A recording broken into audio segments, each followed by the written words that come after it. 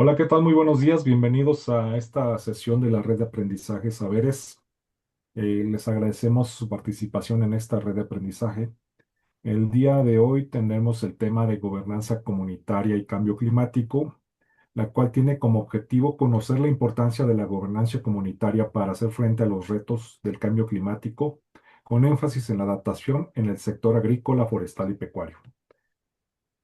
Nuestra agenda es la bienvenida y presentación de los ponentes a cargo de un servidor. La exposición del tema de gobernanza comunitaria y cambio climático va a estar a cargo de Andrés Juárez e Ismael Arce. Tenemos una sesión de preguntas y respuestas a cargo de Rebeca Lomelí, una despedida a cargo de su servidor y tenemos nuestra evaluación de la sesión a cargo de Satya Vargas. Entonces, sin más, le doy lectura a la semblanza de nuestros ponentes. Andrés Juárez es ingeniero en manejo de recursos naturales por la Universidad Autónoma de Chapingo. Cursa la maestría en agroindustria rural, desarrollo territorial y turismo agroalimentario en el Instituto de Ciencias Agropecuarias y Rurales de la Universidad Autónoma del Estado de México. Es coordinador de proyectos del Instituto de Recursos Mundiales del WRI. Su experiencia profesional incluye más de 20 años ocupando diversos cargos dentro de organizaciones de la sociedad civil y en la Secretaría de Medio Ambiente y Recursos Naturales. Por lo que respecta a Ismael Arce, él es ingeniero en tecnología ambiental por la Universidad Politécnica del Estado de Guerrero. También es maestro y doctor en ciencias de la sostenibilidad por la Universidad Nacional Autónoma de México. Trabaja en WRI como coordinador de adaptación basada en ecosistemas en el proyecto Saberes. Tiene a su cargo el diseño, implementación y evaluación de estrategias para la ejecución de medidas SABE en los territorios donde se ubica el proyecto. Su trabajo se ha enfocado en los siguientes temas: gobernanza para la adaptación, empoderamiento para la sostenibilidad, trayectorias sostenibles y múltiples partes interesadas. A lo largo de su trayectoria laboral ha colaborado con actores gubernamentales, no gubernamentales, privados, sociales y académicos en múltiples proyectos para la sostenibilidad, los cuales abarcan desde contextos locales comunitarios hasta ámbitos nacionales e internacionales. Y sin más, le damos la palabra a Ismael y Andrés. Adelante. Muchas gracias. Muchas Gracias, gracias, Pepe. Pepe. Bueno, voy a compartir pantalla. Me avisan cuando ya la puedan ver.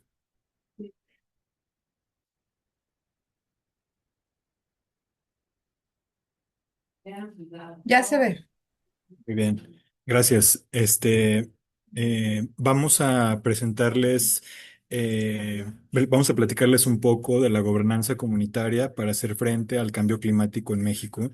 Y inicialmente queremos hablar un poco de los aspectos más generales, más macro de la gobernanza, para luego introducirnos un poco más a qué se entiende como gobernanza comunitaria y por qué es fundamental para hacer procesos de adaptación frente al cambio climático en nuestro país. El objetivo de esta sesión es conocer la importancia de la gobernanza comunitaria para hacer frente a los retos del cambio climático, con énfasis en la adaptación en el sector agrícola, forestal y pecuario.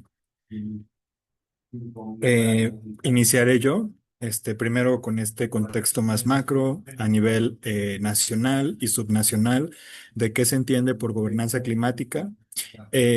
Y aquí me gustaría aclarar que, pues, o vamos a tratar de enfatizarnos o enfocarnos en la parte de adaptación. Recordemos que la gobernanza climática, bueno, el cambio climático eh, se puede atacar o podemos tener acciones climáticas, ya sea como acciones de mitigación con respecto a gases de efecto invernadero, como acciones de adaptación y también hay acciones mixtas, ¿no? Que se complementan.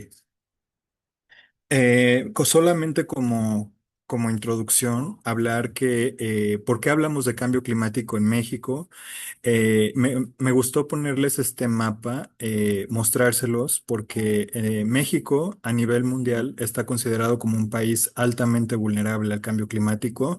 El Atlas Nacional de Vulnerabilidad al Cambio Climático nos lo muestra. Como pueden ver, hay 83 municipios con tres vulnerabilidades. 1,448 municipios con una vulnerabilidad y 273 municipios con dos vulnerabilidades. ¿Esto qué quiere decir? Como pueden ver en este mapa, pues prácticamente casi todo el territorio nacional tiene o enfrenta alguna vulnerabilidad al cambio climático, ya sea en forma de sequías, en forma de inundaciones, olas de calor. Y también deslizamientos, deslaves y por supuesto la vulnerabilidad al cambio climático se exacerba cuando ya hay condiciones previas, ¿no? Sociales, económicas, que tienen que ver con infraestructura también, que van a exacerbar pues los impactos del cambio climático en nuestro país, ¿no? Y ya para entrarle al tema de la gobernanza climática en México, me gustaría primero mostrarles cómo funciona el andamiaje o qué andamiaje institucional tiene México para hacer frente al cambio climático. Como les decía, se pueden hacer acciones de adaptación, de mitigación, acciones mixtas. En este caso, para fines de esta presentación, nos estamos enfocando sobre todo en la parte de adaptación, todo parte del Plan Nacional de Desarrollo, que como bien saben, pues se desarrolla cada seis años, ¿no?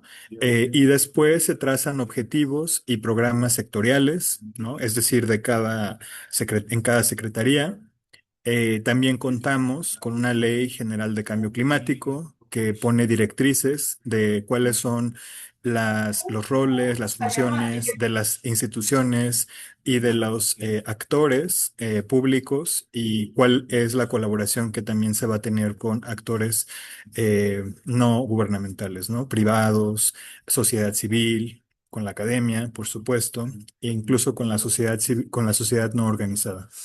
Em, y por último, o sea, como ya la instrumentación o la aplicación de de toda esta construcción que se tiene a nivel nacional para atender este problema, y de hecho en el Plan Nacional de Desarrollo de este sexenio se habla ya de una crisis climática, pues se tiene un conjunto de instrumentos a nivel nacional, como son la Estrategia Nacional de Cambio Climático, el Programa Especial de Cambio Climático, la Contribución Nacional determinada a nivel internacional. También hay una Política Nacional de Adaptación, hay programas subnacionales de cambio climático y pues también está el Sistema de Comercio de Emisiones y también tenemos el Inventario Nacional de Emisiones de Gases de Efecto Invernadero.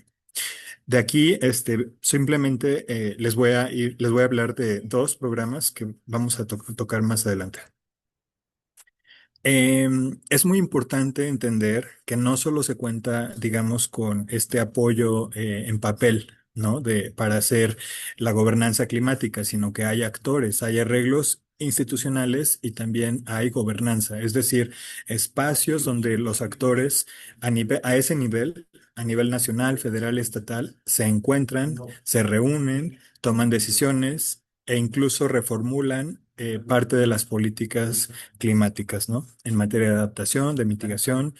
eh, y solamente decirles que a nivel nacional, pues se tiene este sistema muy importante que es el Sistema Nacional de Cambio Climático, el famoso SINAC, donde pues se encuentran varias secretarías. Me parece que bueno, son 14 secretarías es que todavía lo están actualizando, pero son 14 secretarías que están ahí. O sea, es un organismo bastante complejo.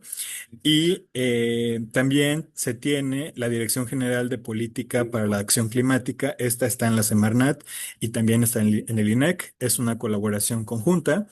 Y a nivel federal se tiene la Comisión Intersecretarial de Cambio Climático, ¿no? Ahí, perdón, donde está el SINAC, hay secretarías y están todo un conjunto de organismos subnacionales y en lo federal, más bien en la Comisión Intersecretarial se encuentran estas 14 secretarías de las que les hablaba, ¿no? Porque como cada secretaría tiene una cierta función, de lo que se trata en la SIC, en la Comisión Intersecretarial, es de hacer programas ya no tan sectoriales, sino donde exista la posibilidad de colaboración y que las acciones pues sean coordinadas, ¿no? Que si vamos a hacer acciones en materia de mitigación, en la Secretaría de Energía, por ejemplo, que también pueda colaborar con la Secretaría de Medio Ambiente para que esto se complemente con otras acciones que esta última Secretaría lleva a cabo, ¿no? Y hay puntos focales de cambio climático en las secretarías, es decir, hay responsabilidades al interior de estas instituciones donde pues se reúnen, tienen reuniones periódicas y ahí acuerdan la política que van a estar llevando a cabo desde dentro y en colaboración.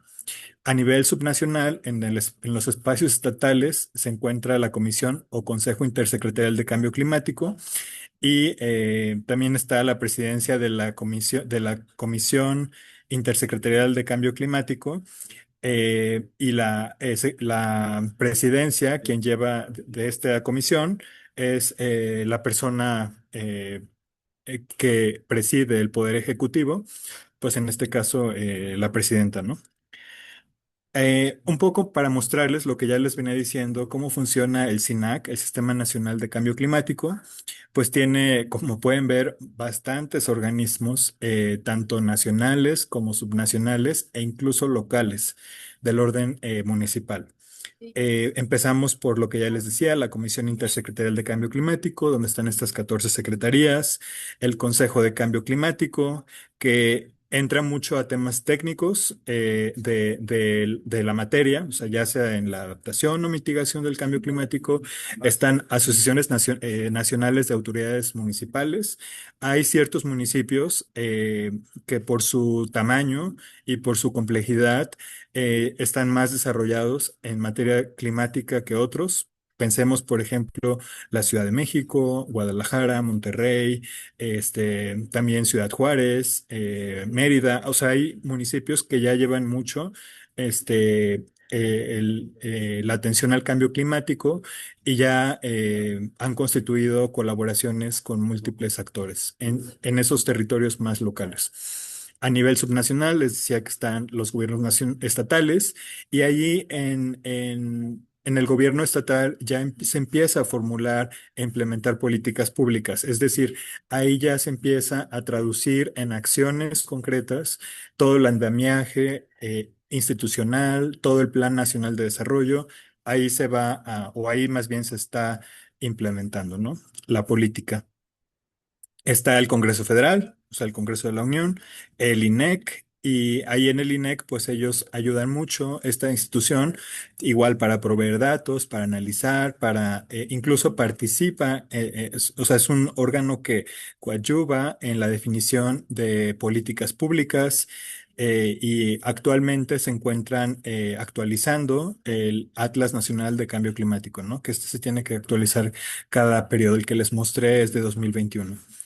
Y también hay una coordinación de evaluación que lleva todo el tema de monitoreo y de cómo va avanzando el Sistema Nacional de Cambio Climático.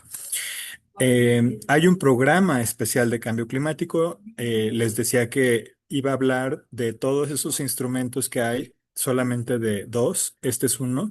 El programa especial de cambio climático tiene varios objetivos, pero aquí nada más vemos dos que están relacionados con el tema de adaptación, porque estamos mucho vinculándolo con el proyecto de Saberes, que es un proyecto de adaptación basada en ecosistemas.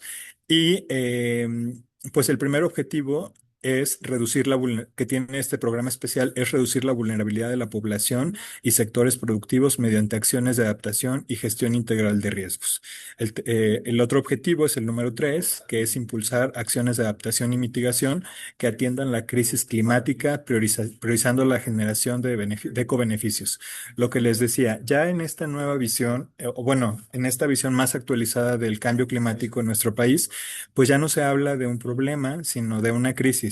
Eh, ya se cita los nuevos hallazgos que tiene el panel, que se tiene en la materia desde el panel intergubernamental de cambio climático, y por eso se pone esta palabra de crisis. Primero, lo que incluye o los principios orientadores de este programa especial de cambio climático es que la adaptación al cambio climático necesariamente tiene que tener un enfoque territorial y ecosistémico.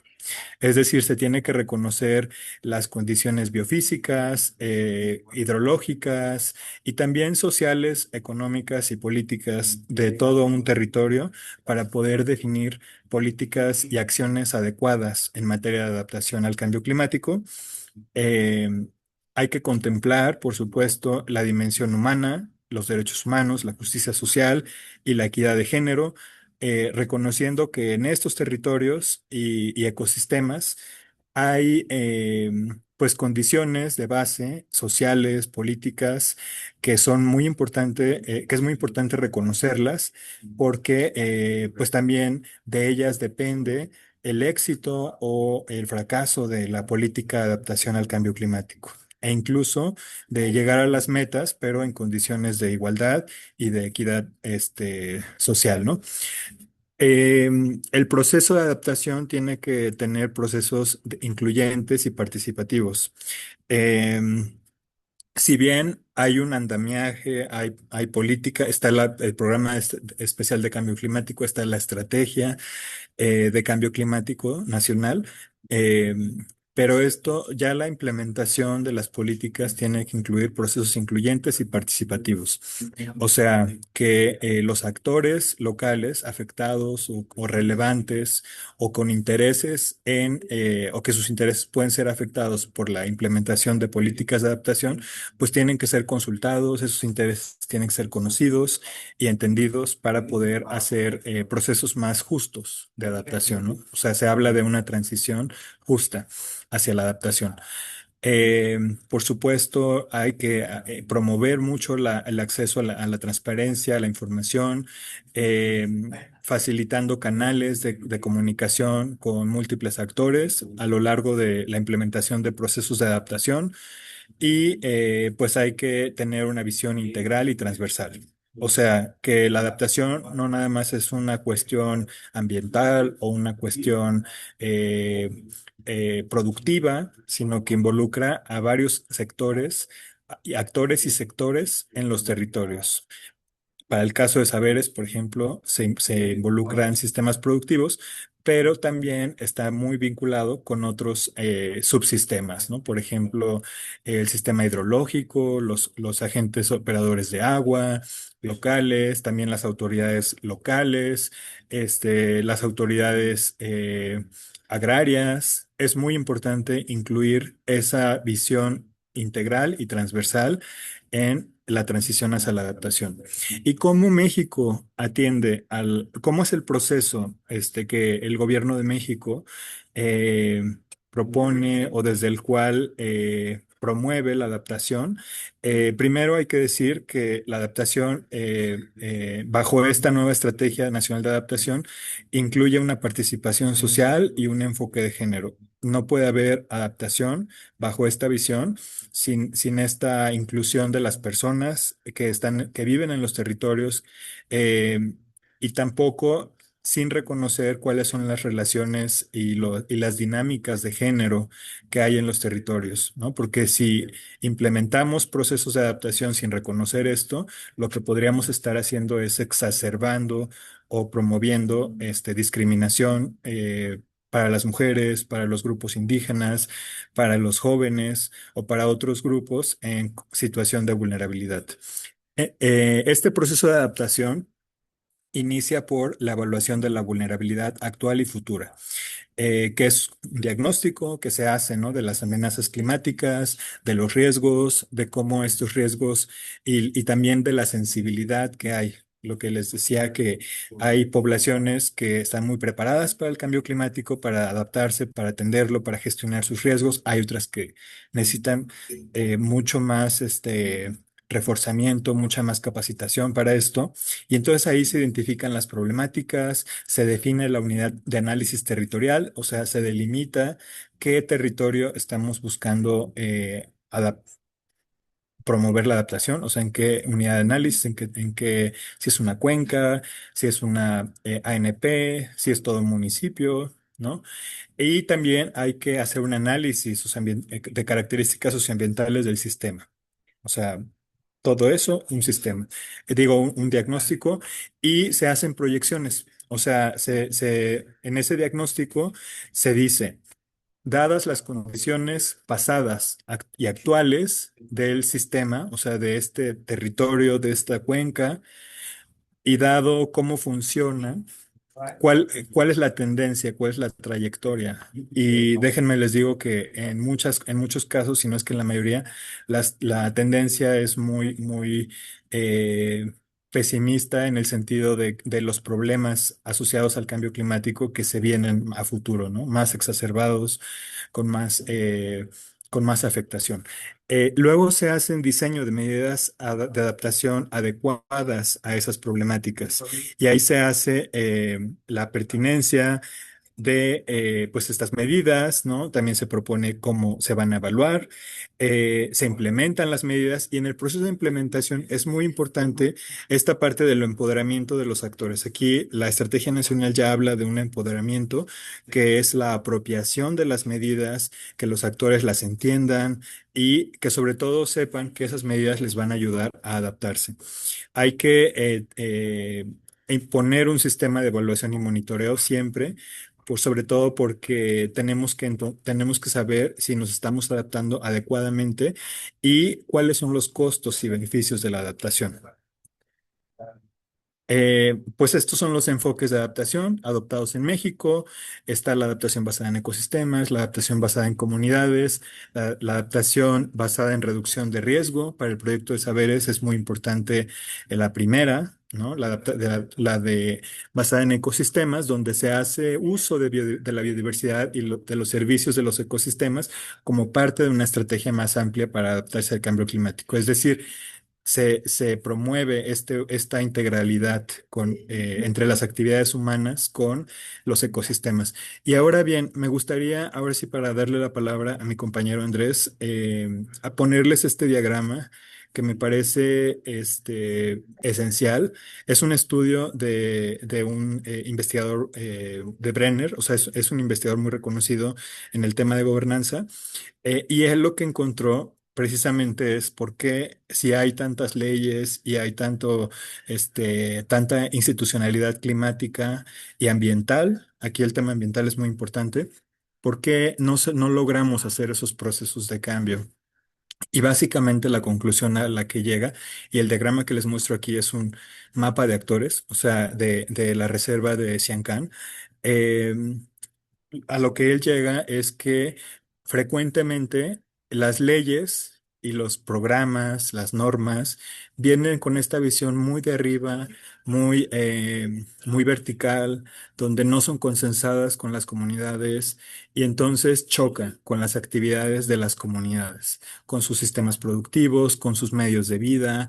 Y entonces, lejos de estarnos adaptando o lejos de estar promoviendo políticas ambientales, que mejoren la biodiversidad, que mejoren la conservación. Lejos de eso, nos alejamos de sus objetivos, porque entran en conflicto estas comunidades con los agentes locales que implementan la política pública, con la Comisión Nacional de Áreas Protegidas, con la Semarnat, con la Profepa, con la CONAM. Entonces, empezamos a ver que si no hacemos una integración adecuada con las comunidades, con el contexto local de estas normas, programas, de toda esta política climática, eh, con las comunidades, con sus percepciones, con sus intereses, con sus medios de vida, con su cultura, eh, nos vamos alejando de sus objetivos de adaptación, de conservación, de mejora de la biodiversidad. Y entonces me parece que por eso es necesario, muy importante, entender qué está ocurriendo en ese nivel más local. Y ahora sí, le doy la palabra a mi compañero Andrés. Gracias, Ismael. Bueno, pues retomando un poco esta lógica que viene compartiendo mi compañero Ismael sobre cómo está estructurada los distintos niveles de gobernanza en el país, yo agregaría solamente, digamos que ya este tipo de mecanismos de toma de decisiones climáticas se aterrizan ya en ese nivel, mucho en la parte de áreas naturales protegidas, principalmente a través de los consejos asesores de las ANPs y los consejos de cuenca, con todas las limitaciones que esos que esos espacios de acción colectiva pueden tener o han tenido. Es ahí a donde se aterrizan por parte de las políticas de gobierno. Y también es ahí donde se encuentran con muchas de las decisiones comunitarias también. Entonces, también retomaría de esta parte el enfoque, digamos, territorial que tiene el programa de cambio climático, dado que volvemos a lo mismo, quienes tienen el territorio en México, pues son básicamente las comunidades. Y entonces, llevar a la realidad las medidas que vienen en ese programa, pues pasa porque las comunidades hayan tenido acuerdos por principio. Por otro lado, los enfoques de adaptación aceptados en México, ¿no? Está el de basado en ecosistemas y la adaptación basada en comunidades. Y creemos que en el caso del proyecto Saberes, pues tenemos que hacer una combinación de esos dos enfoques, ¿no? Probablemente de los tres, pero principalmente basado en ecosistemas y basado en comunidades. Dado que lo mismo, los ecosistemas normalmente en México, por el tipo de propiedad de la tierra que tenemos, están en manos de las comunidades. Entonces, pues yo voy a hablar un poquito desde esta parte de lo que es la gobernanza comunitaria.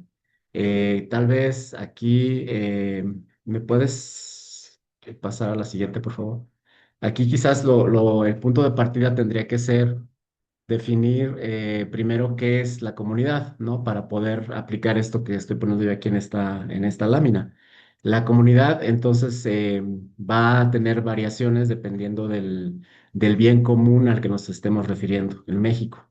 Yo voy a hablar ahorita más adelante, de unos ejemplos y de algunas herramientas que tienen que ver mucho con los recursos forestales, porque es mi experiencia previa como más clara, pero también porque es lo más estudiado, me parece, en cuanto a gobernanza, aunque no estoy negando que haya muchos trabajos actualmente de la gobernanza del agua, em, pero parece que, o sea, por lo menos en mi expertise es lo forestal. Entonces, haciendo esa aclaración, creo que en México las principales asambleas comunitarias que manejan bienes comunes son las de recursos forestales y las de recursos y las del agua.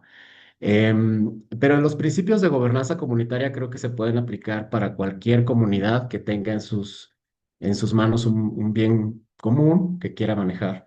O más allá, ¿no? Un grupo de personas que se junten en una asamblea para poder ponerse de acuerdo de llevar a cabo una acción colectiva.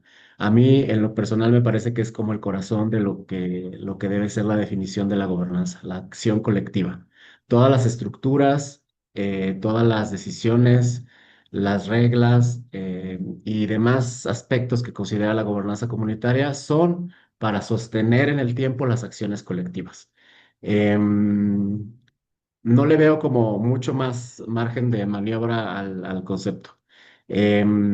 Entonces, digamos como por definición así muy, muy general, es un abanico de herramientas que le permiten a las comunidades tomar decisiones para acción colectiva. En México, las comunidades pues tienen una historia mucho más allá de lo que es esto de los estudios de la gobernanza comunitaria o de la gobernanza en general. De hecho, a mí siempre me ha parecido importante reconocer por principio que incluso las comunidades agrarias en México, es decir, ejidos y comunidades, como están estructuradas en este momento, son posteriores a la tradición de los pueblos y de las comunidades en el sentido más estricto en México. Entonces ahí nos topamos con una realidad interesante en México porque por un lado en los territorios tenemos muchas veces a las comunidades agrarias, es decir, ejidos o comunidades que administran un conjunto de elementos del territorio, los bosques principalmente, pero están sobrepuestos sobre estructuras de pueblo que van y que son mucho más antiguas y por lo tanto mucho más fuertes, ¿no? En mi experiencia me ha tocado trabajar con comunidades y ejidos que están de alguna manera supeditados a las decisiones del pueblo. A mí me parece que un ejemplo muy claro de eso son las comunidades oaxaqueñas, en particular Capulalpan, que donde se ve que, digamos, los que tienen el derecho agrario al final es menos relevante que el sentido que tienen de pertenecer a un pueblo. E incluso se manifiesta esta situación a partir de que las decisiones del manejo que se dan del territorio las toma el pueblo, no nada más la asamblea agraria como tal. Entonces, con esto lo que quiero un poco ilustrar es que estas definiciones de gobernanza comunitaria pues también son bastante permeables, maleables, porosas, porque primero, vuelvo a lo mismo, hay que definir de qué comunidad estamos hablando y qué recurso común o qué acción colectiva se desea emprender. En este caso, pues pensemos que esto que estamos platicando tiene que estar enfocado en las acciones colectivas de adaptación basada en ecosistemas. Em, las que así requieran de acción colectiva, ¿verdad? Porque sabemos que hay muchas estrategias de adaptación basada en ecosistemas que no necesariamente incluyen la participación comunitaria. Entonces, volviendo al punto, pues, este abanico de herramientas, pues, son reglas, instituciones comunitarias que empiezan siempre con la asamblea, ¿no? Es el grupo donde se juntan para poder eh, analizar, debatir, deliberar y luego tomar decisiones. Esas asambleas, pues, están delimitadas o están definidas o determinadas por em, cuestiones materiales, cuestiones inmateriales, ¿no? Estamos hablando de desde los espacios que puedan tener para poder reunirse y tomar decisiones hasta, digamos, las capacidades de participación, de expresión de ideas, la inclusión de las mujeres, etcétera. Un aspecto muy importante de esto, pues tiene que ver con el límite o los límites que se impongan las personas de la comunidad para el acceso y disfrute de recursos comunes. ¿Quiénes tienen este derecho y quiénes no tienen este derecho? Creo que en esa dicotomía es donde se da la tensión siempre en la toma de decisiones. Tiene que haber, por supuesto, participación de todos los afectados de esas decisiones. Pensando, por ejemplo, en el caso del proyecto Saberes, que estamos trabajando con territorios y en ese territorio están las comunidades, pero también están otros actores. Este aspecto de participación de los afectados se manifestaría como en que los intereses de los sectores dentro de un territorio puedan expresar sus intereses y sus aspiraciones dentro del territorio. Lo mismo dentro de una comunidad, ¿no? Hay una serie de personas que se van a ver afectados por las decisiones del colectivo y entonces tienen que haber mecanismos en que pueda recogerse su participación, sus quejas, sus sugerencias. Tiene que haber, por supuesto, mecanismos de resolución de conflictos, eh, que esa es una de las partes más débiles que siempre observamos en las comunidades, principalmente en las comunidades agrarias, ejidos y comunidades, que no hay esta claridad de cómo llegar a un acuerdo, ¿no? Cuando hay un conflicto entre personas o entre grupos. Una parte importante son las sanciones. Tiene que haber claridad también en cómo son las sanciones, cómo son aplicables y algo fundamental, el monitoreo de que se llevan a cabo, porque una de las debilidades también que hemos observado siempre en las comunidades es que se imponen sanciones, pero no se aplican. Se disponen de un marco de sanciones para faltas y no se aplican o no se llevan a cabo el seguimiento de las mismas. Y bueno, en este sentido, pues considerar siempre que hay los intereses colectivos, los derechos de propiedad y las acciones colectivas, obviamente, que es lo que sostiene todo este andamiaje. La siguiente, por favor. Entonces, considerando estos, pues está esta definición que les traigo aquí. Hay varias definiciones, como les mencionaba, están las que tienen el enfoque más de recursos de agua, están las definiciones de otro tipo de comunidades. Yo voy a hacer referencia en este caso a la parte más de recursos forestales, porque, repito, es un poco más mi expertise, pero también porque creo que en México son las comunidades forestales las que más tienen el territorio en sus manos. Entonces es un proceso, ¿no? Estamos hablando de que la gobernanza es un proceso de construcción de acuerdos que sostiene las decisiones y acciones colectivas del uso de bienes comunes. Y aquí viene lo mismo que acabo de comentar, solo que en resumen. Esta definición es de la doctora Leticia Merino.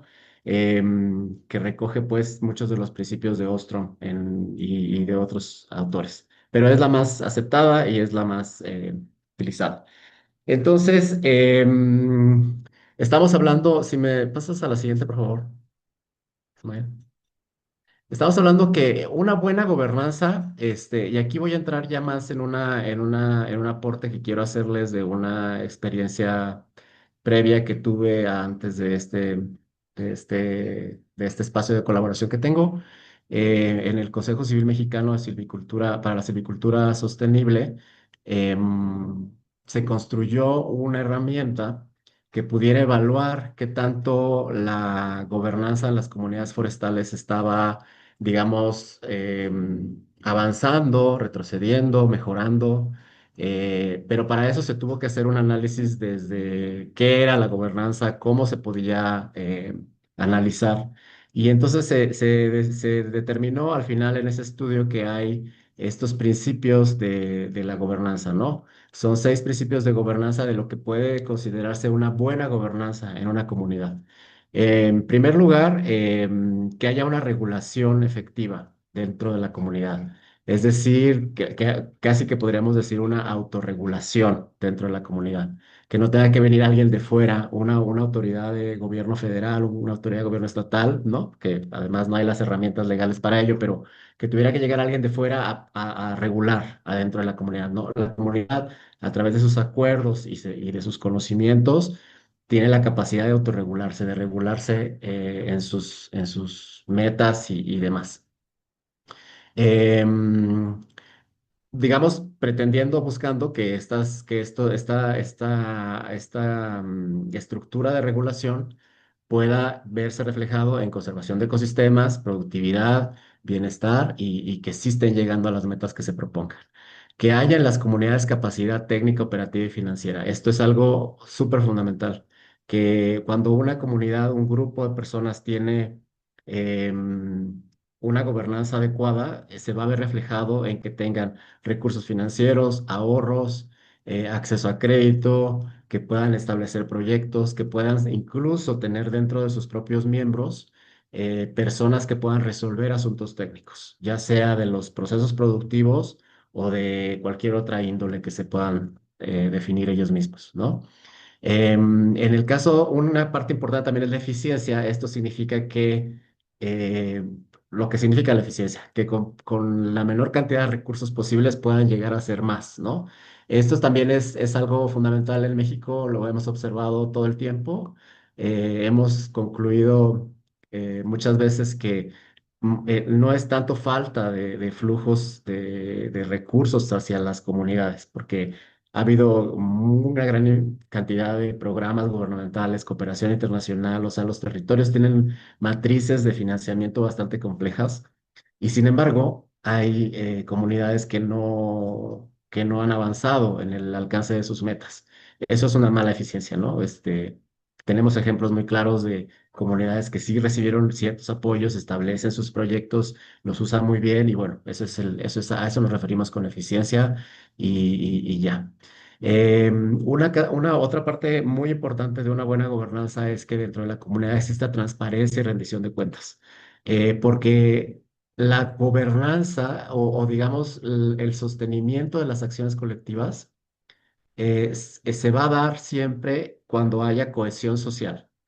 Cohesión social que va a ser un resultado casi natural de la parte de la confianza que se tengan unos a otros dentro de la comunidad.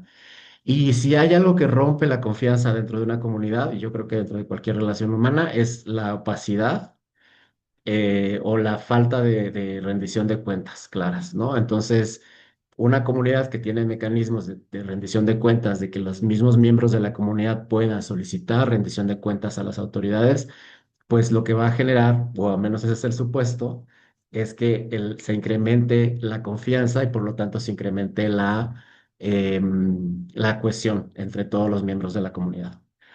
La participación equitativa e incluyente, esto tiene que ver con que en una comunidad, pues por principio hay muchos hombres, pocas mujeres. Esa es como una realidad de entrada, ¿no? Pero no nada más es un asunto de la equidad y la inclusión, es un asunto de mujeres y hombres, es un asunto también de adultos mayores, de jóvenes, de personas de la diversidad sexual, en fin, de discapacidades también dentro de las comunidades. Entonces, ¿qué mecanismos se dan a sí misma una comunidad para poder garantizar que todas las personas puedan participar en la toma de decisiones, ¿no? Entonces, entre más es este principio puede suceder. Y finalmente la sostenibilidad ambiental, que no se quiso dejar fuera porque obviamente, digamos, parecía una obviedad la sostenibilidad ambiental, ¿no? El hecho de estar trabajando con temas de agua o con temas de bosque y que las comunidades los manejaran correctamente o no, parecía que era una obviedad que iba a haber sostenibilidad ambiental, pero no necesariamente, ¿no?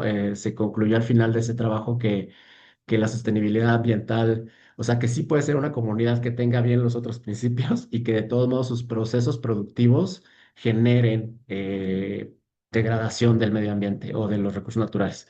Un ejemplo muy claro puede ser el turismo, ¿no? El turismo, los proyectos de turismo comunitarios que pueden ser beneficiosos para una comunidad o incluso pueden ser el resultado de un proceso muy bueno de gobernanza en otros sentidos, pero los procesos del proyecto de turismo pueden generar muchos residuos, pueden generar contaminación del agua, pueden tener mal manejo de las aguas negras, en fin. Entonces, ahí es un ejemplo de cómo la sostenibilidad ambiental no es automática.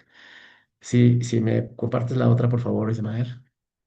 Entonces, bueno, así es como se evalúa más o menos o sea, se puso estas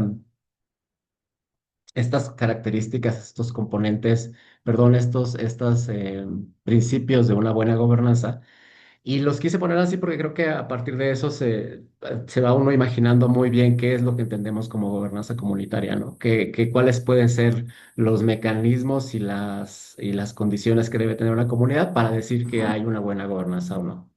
Esto que estoy poniéndoles aquí de estos de los componentes Un poquito de volumen para que es escuche. em, es una forma de organizar los aspectos de la gobernanza que se pueden evaluar dentro de una comunidad y que vienen dentro de una herramienta que se construyó a la que estoy haciendo referencia y que para los que no la conozcan, sí se las recomiendo porque es una herramienta que es muy práctica. O sea, práctica en el sentido de que puede adaptarse a diversos tipos de comunidades y que se puede poner se puede usar para poder tomar decisiones dentro de las comunidades.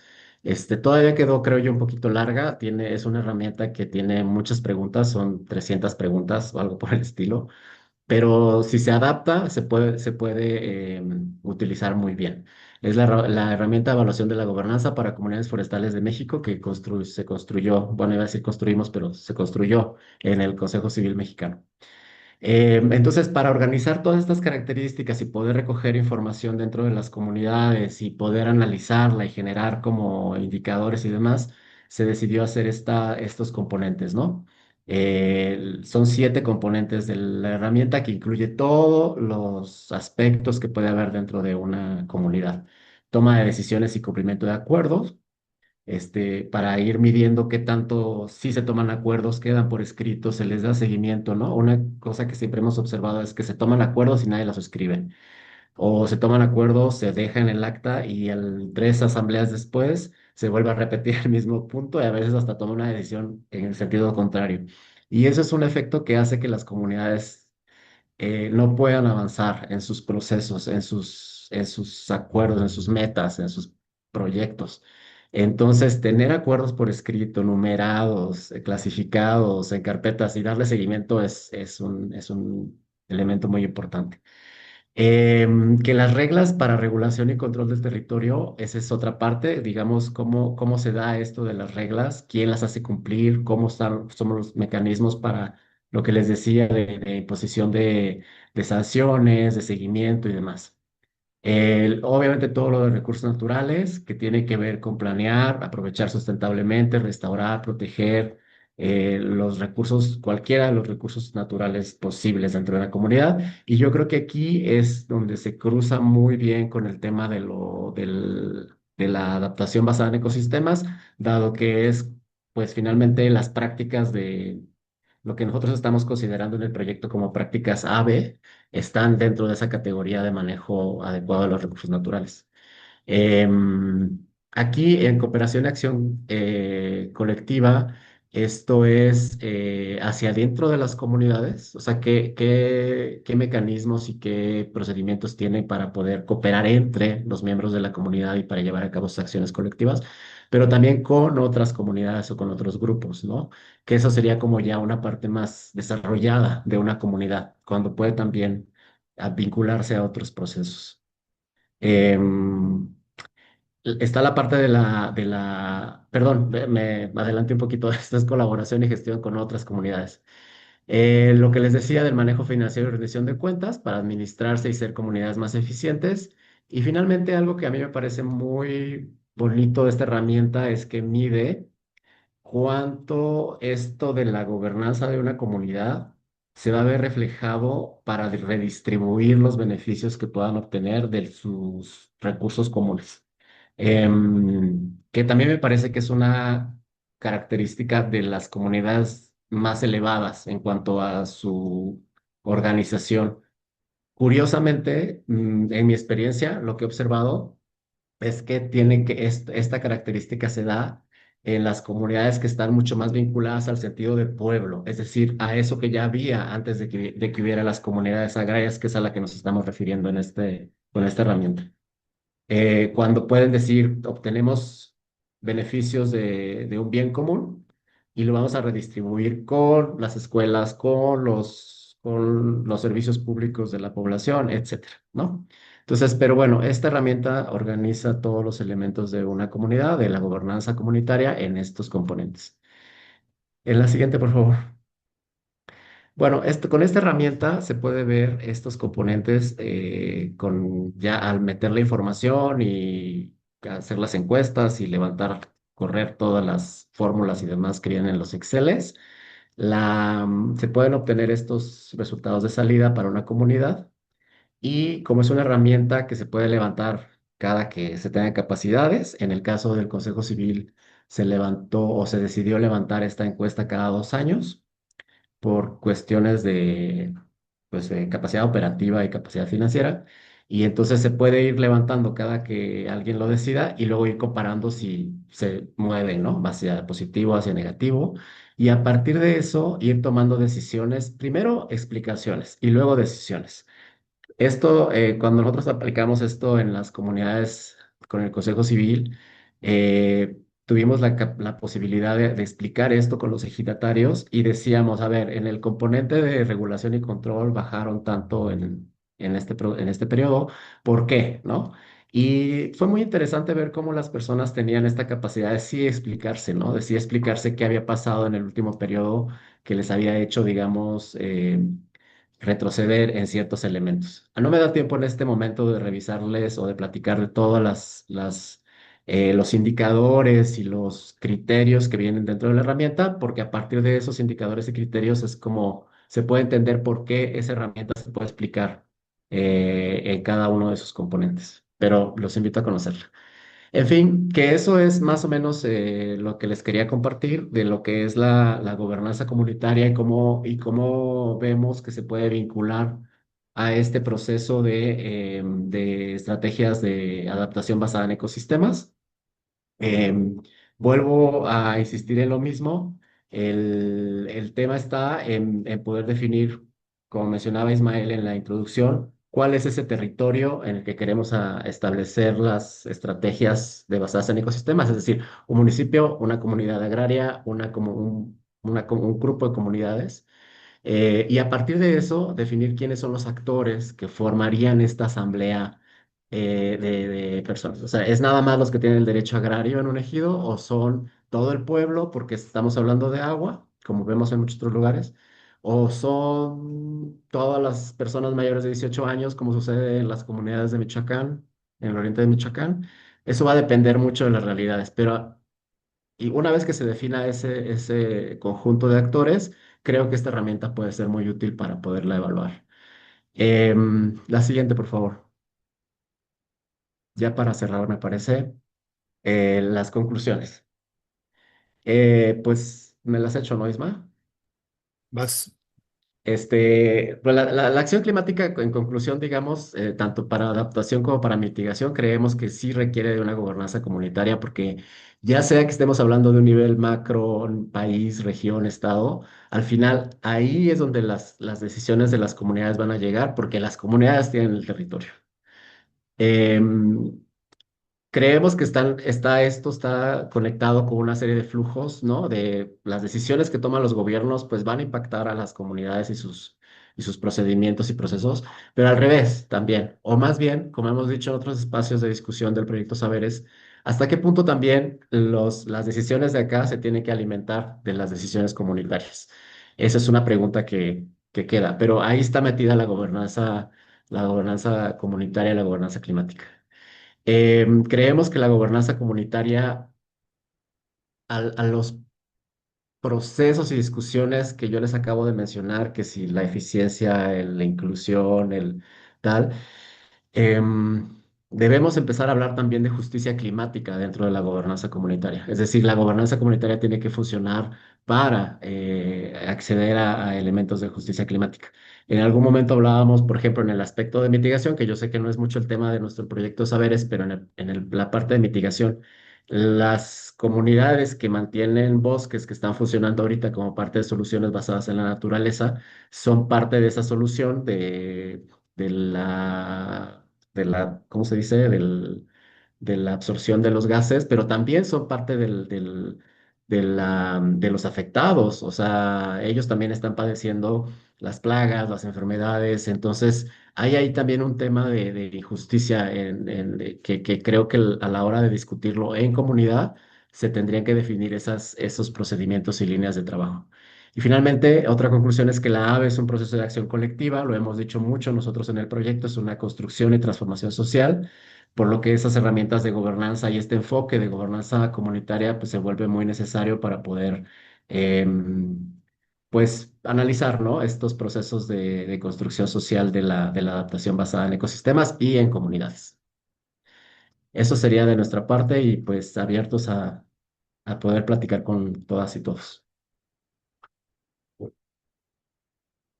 Muchas gracias, Andrés e Ismael, por esta presentación. Pasamos a la sección de preguntas. Te dejo la palabra, Rebe, para que la conduzcas adelante. Gracias, Pepe. También gracias, Isma, Andrés, por lo que nos comparten. Aquí en el chat, Luis Aznar preguntaba en dónde puede acceder a la herramienta y bueno, ahí coloco el link para que la puedan ver. Es un PDF en la página del CCMSS, entonces también está disponible para todos.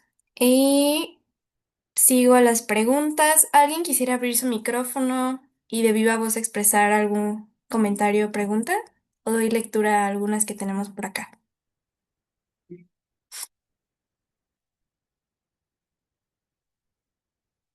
Ok. Entonces, tenemos unas preguntas.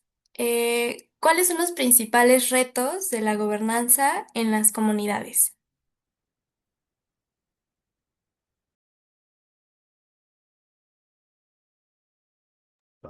¿Vas, Isma, o Pues bueno, si quieres yo doy como o sea, pero creo que aquí tú eres el experto. Bueno, yo creo que depende qué comunidades. O sea, depende dónde. Yo más bien, la pregunta creo que se contesta también con más preguntas, es qué comunidades, dónde están, a qué se dedican, conocer esas comunidades. O sea, porque cuando decimos comunidades o gente o población, eh, creo que tenemos que ser muy precisos en este caso, porque estamos hablando de cosas muy, eh, pues sí, que tienen mucha variación. O sea, es muy diferente una comunidad de otra, en un estado y otro. Entonces, pues no sé quién hizo la pregunta, pero no sé si te refieres a una cierta comunidad, en particular. Pues si pudieran Ah, darnos como un punto de vista general en México, ¿cuáles serían como algunas cosas que destacarían? Pues mira, yo creo, o sea, por comunidad, entiendo, creo que se refieren como a la parte más rural de México, al campo. Creo que un reto muy importante es el rezago en materia, pues en materia educativa, en materia de acceso a salud. O sea, hay muchos, que era lo que les decía, que tenemos el cambio climático encima, pero en el caso de las comunidades rurales, eh, ellos tienen otras vulnerabilidades, o sea, como que son capas. Si lo pusiéramos como una cebolla, eh, ellos se enfrentan. Incluso hay otras poblaciones que no acceden a información oportuna. Pensemos, por ejemplo, ahora en los desastres que ocurrieron la semana pasada en Veracruz.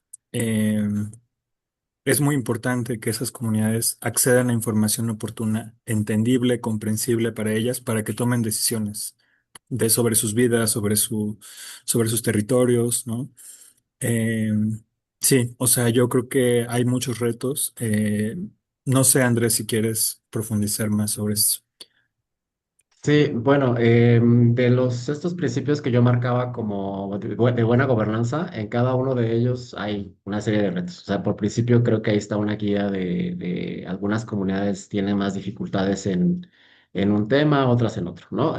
Como decía Ismael, va a depender mucho de las comunidades, pero en general me parece que los principales es la parte de se ha roto la confianza en muchas de las comunidades entre las personas de la comunidad.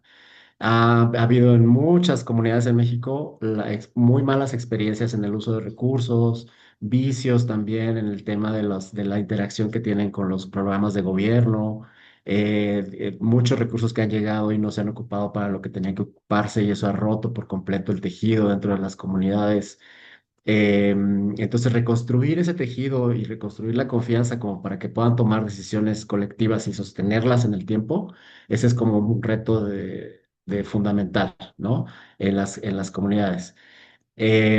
Ha habido también muchas alteraciones en los procesos comunitarios que están marcados por cuestiones de ego de personas. Es decir, muchas personas ya no prefieren no tanto estar en lo común, en lo comunitario. Hay mucho esta idea de que es mejor yo solo, ¿no? En el caso de los bienes comunes, eso es un gran reto.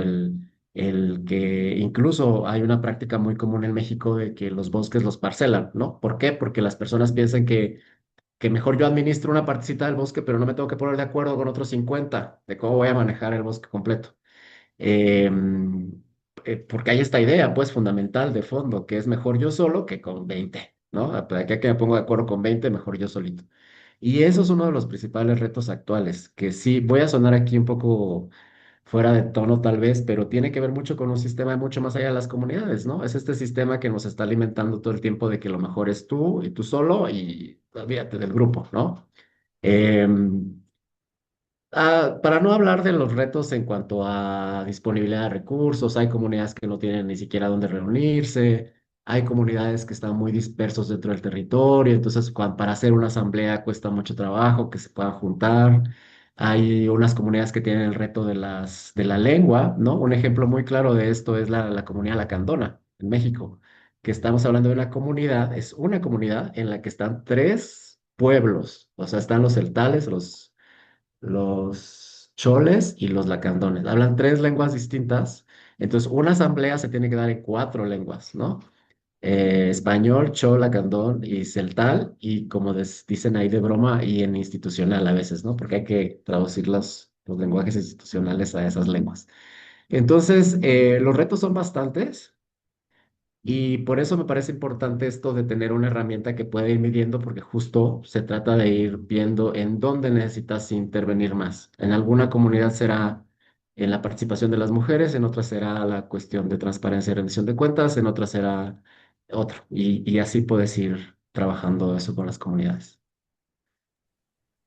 Gracias, Andrés. Isma, hay ya se están animando más a comentar y preguntar en el chat, pero Raúl Ruiz, ¿quisieras abrir tu micrófono y de viva voz comentar esto que estabas poniendo en el chat?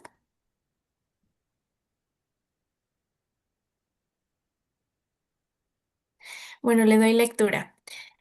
Muy buena presentación, muy completa y bastante ilustrativa. Nuestros pueblos son muy observadores de la ley y de los usos y costumbres comunitarios, y por ello la pregunta hasta dónde pueden las instituciones regular estos usos y costumbres. No puede. Bueno, sí puede, o sea, digamos, es que hay un marco, ¿no? Legal que tiene el derecho de las comunidades, el derecho consuetudinario no puede saltarse la ley, ¿no? O sea, no puedes matar a alguien porque es un uso y costumbre, pues, por poner un ejemplo muy obvio. Pero, digamos, por ejemplo, en el caso del agua, ¿no? En muchas comunidades los usos y costumbres marcan que para tener acceso al agua, como dicen, se siembra el derecho al agua. O sea, no llegas a vivir en la comunidad y tienes agua al otro día, ¿no? Tienes que participar, aportar, trabajar y demás. Eso es un uso y costumbre. Por otro lado, la ley dice que no te pueden negar el agua porque el agua es un derecho humano. Y ahí hay un ejemplo de cómo, pues sí, la ley dirá y demás, pero mientras la comunidad se autorregule y se autoprovea el agua, ella pone las reglas de cómo accedes al agua. Entonces sí hay ciertos límites, ¿no? No, a pesar de que hay un marco legal que nos es común a todos como mexicanos, las comunidades tienen también sus procesos donde ya no es muy fácil meterse a regularlo. Gracias. Dulce, ¿quisieras abrir tu micrófono para la pregunta? Sí, hola, buenos días a todos, y todas. Mi pregunta es si hay ejercicios de la aplicación de esta herramienta y en el caso de que sí hayan existido algunos ejercicios de esto, si esa evaluación mostró algunos contrastes entre la evaluación en sí y la realidad que se percibe en la comunidad y o si ayudó a visibilizar como algunas otras cosas. Bueno, creo que también la voy a contestar yo misma. Sí se hizo en las comunidades de la Cuenca Manalco Valle de Bravo, ahí fue el piloto. Se construyó una línea base y después se construyó una evaluación. Eh, los resultados, no estoy seguro que ya estén como publicados porque apenas la evaluación se hizo en el 2024. Pero sí se encontraron, hubo hallazgos interesantes, ¿no? De cambios, de cosas que mejoraron, cosas que disminuyeron en los años de la evaluación. Y, y sí, efectivamente, uno de los hallazgos es que uno supone, por el conocimiento que tienes de ciertos ejidos o de ciertas comunidades, que algunos aspectos están muy bien y resulta que, pues no, que a la hora de las preguntas concretas disminuye. Esa es parte del análisis que habría que hacer caso por caso. Ese es un ejemplo nada más, pero sí creo que valdría la pena aplicarlo a más comunidades en México, porque finalmente no dejó de ser un piloto, ¿no? Piloto, una evaluación, una prueba piloto de la herramienta de evaluación. Gracias. Mauricio Valencia también tiene una pregunta en el chat. ¿Quisieras abrir tu micrófono?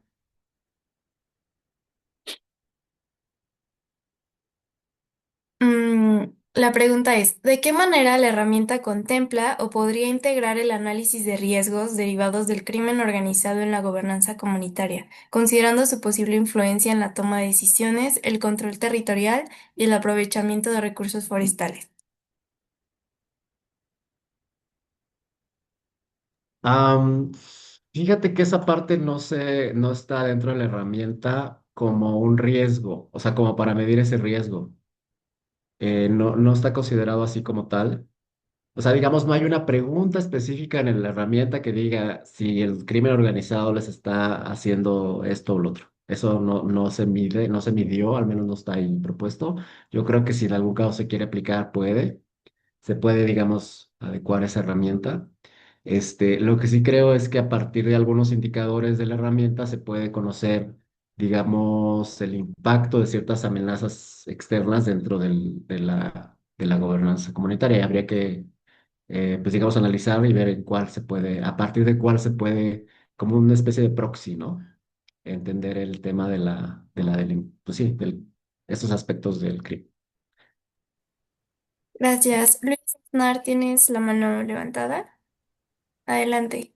Sí, gracias. Buenos días a todos. Gracias, muy interesante. Y Andrés, un abrazote fuerte.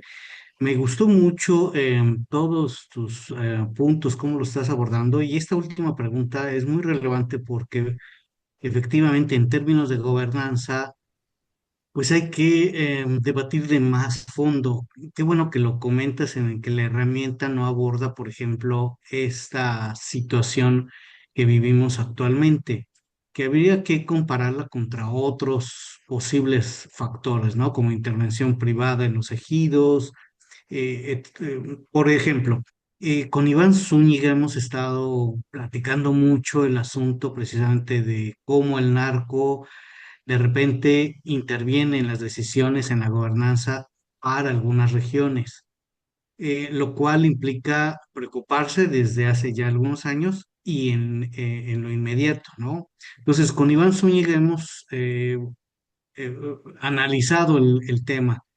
Aquí lo que yo quisiera plantear efectivamente es, aunque yo estoy más involucrado en la parte de gobernanza en áreas naturales protegidas con los consejos asesores, resulta que el diseño de herramientas que incida, se permita proponer como incidencia en política pública es urgente, es necesario por esta pregunta, ¿no? ¿Cómo el narco está influyendo en la gobernanza, en el manejo, en la conservación, en el desarrollo comunitario? Entonces, creo que yo sugeriría, Andrés, en la medida de lo posible, que junto con Iván, junto con el Consejo, junto con actores como Pedro, etcétera, Pedro Álvarez y Casa de CONAV, podamos estructurar algo que consolide esos espacios de participación comunitaria, que fortalezca y que dé elementos de juicio en términos de política pública, porque pareciera que no, pero sí, me tocó ayer regresar de ejidos aquí en Chiapas, en la región de central, y es un asunto grave, ¿no? Es un asunto que me preocupa más cada vez, metiéndome a diferentes rincones de Chiapas. Entonces, sí lo quisiera sugerir y proponer en términos de que este foro, este saberes, vaya incluyendo otras líneas de acción, otras estrategias que visualice los grandes retos que deben de ser actualizados con esta herramienta. Cambio, gracias. Muchas gracias, Luis Aznar. También gracias por las preguntas a Jutta Blauert. ¿Quisieras abrir tu micrófono y de viva voz comentarnos esto que estabas poniendo en el chat? Nada más, Beca, perdón, sí quisiera decirle a Luis, saludos Luis, un abrazo, que sí, tomamos nota de esto que comentas, creo que es algo importante, lo platicaremos también con nuestro coordinador, Iván, y, y le damos seguimiento. Sí, gracias, Rebeca. Hola, buen día. Am, sí, en el mismo sentido que las preguntas anteriores, pero quizás específicamente para poder aprovechar la experiencia que ustedes ya han ganado en el contexto del proyecto de saberes, estaría interesada en saber, pues, qué buenas prácticas o cuáles lecciones han visto que pudieran realmente o que hayan logrado contraponer a los factores y actores en el que han limitado la plena gobernanza. Uno ya se mencionó, este crimen organizado, hay muchos más. De repente ustedes se refirieron a leyes muy buenas, pero la implementación puede ser otra. Y también a problemas internos en comunidades, ¿no? No tampoco hay que idealizar la situación y también la diferencia entre ejidos y comunidades, ¿no? Y más cuando el tejido realmente y la confianza está tan rota. Hemos llevado muchas décadas en buscar lograr lo mismo y veo lo que buscan hacer en saberes y me interesaría mucho más, mucho saber experiencias positivas. Ya hace falta. Gracias. Bueno, si quieren puedo, como un poco tratar de dar una respuesta a eso. Lo que te puedo decir, bueno, gracias, por tu pregunta. Lo que te puedo decir que trabajamos con socios territoriales. Cada uno de ellos, tiene diferentes formas de colaborar, y apoyar a las comunidades, a los pequeños agricultores. Em, pero básicamente, lo que tienen en común nuestros socios territoriales, es que todos hacen planes de adaptación al cambio climático. Entonces, o más bien se co-desarrollan planes de adaptación al cambio climático, o con esas organizaciones de pequeños productores. Entonces, como tal, pues se hace un diagnóstico, ¿no? De la situación actual, pero también una prospección de cuál sería la forma de adaptarse a nivel más territorial, a nivel más macro.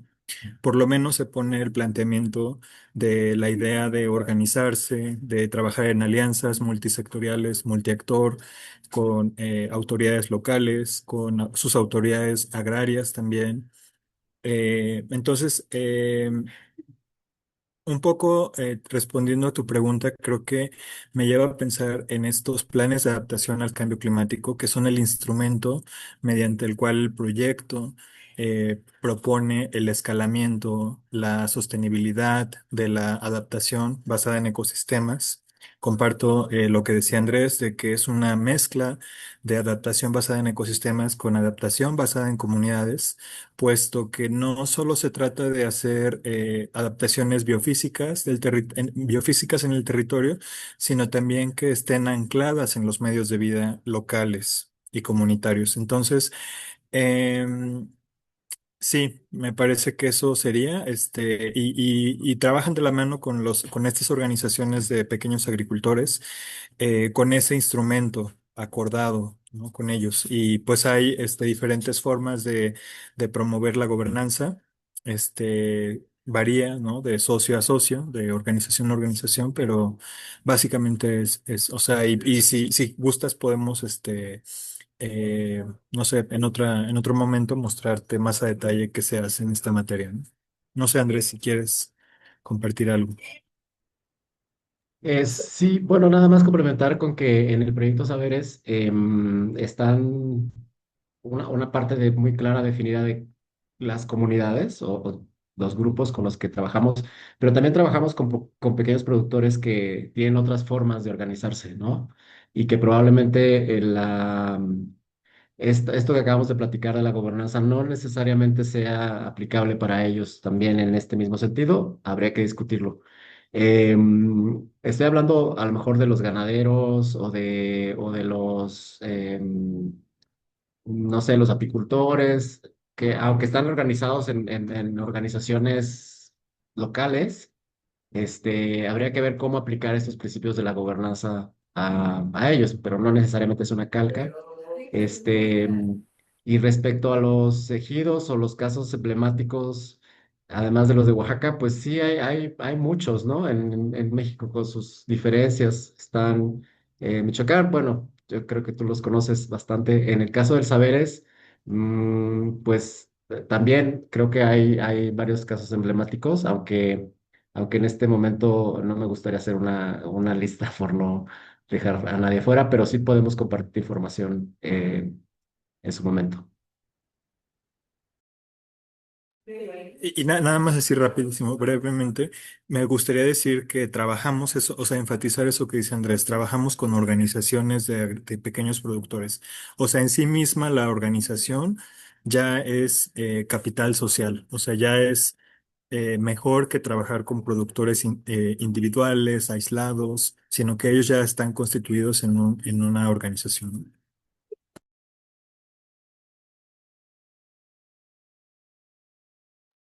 Bueno, pues muchas gracias. Voy a dar lectura a la última pregunta. Em, ¿Cómo impulsar la participación de las mujeres y jóvenes en las decisiones vinculadas a la adaptación al cambio climático?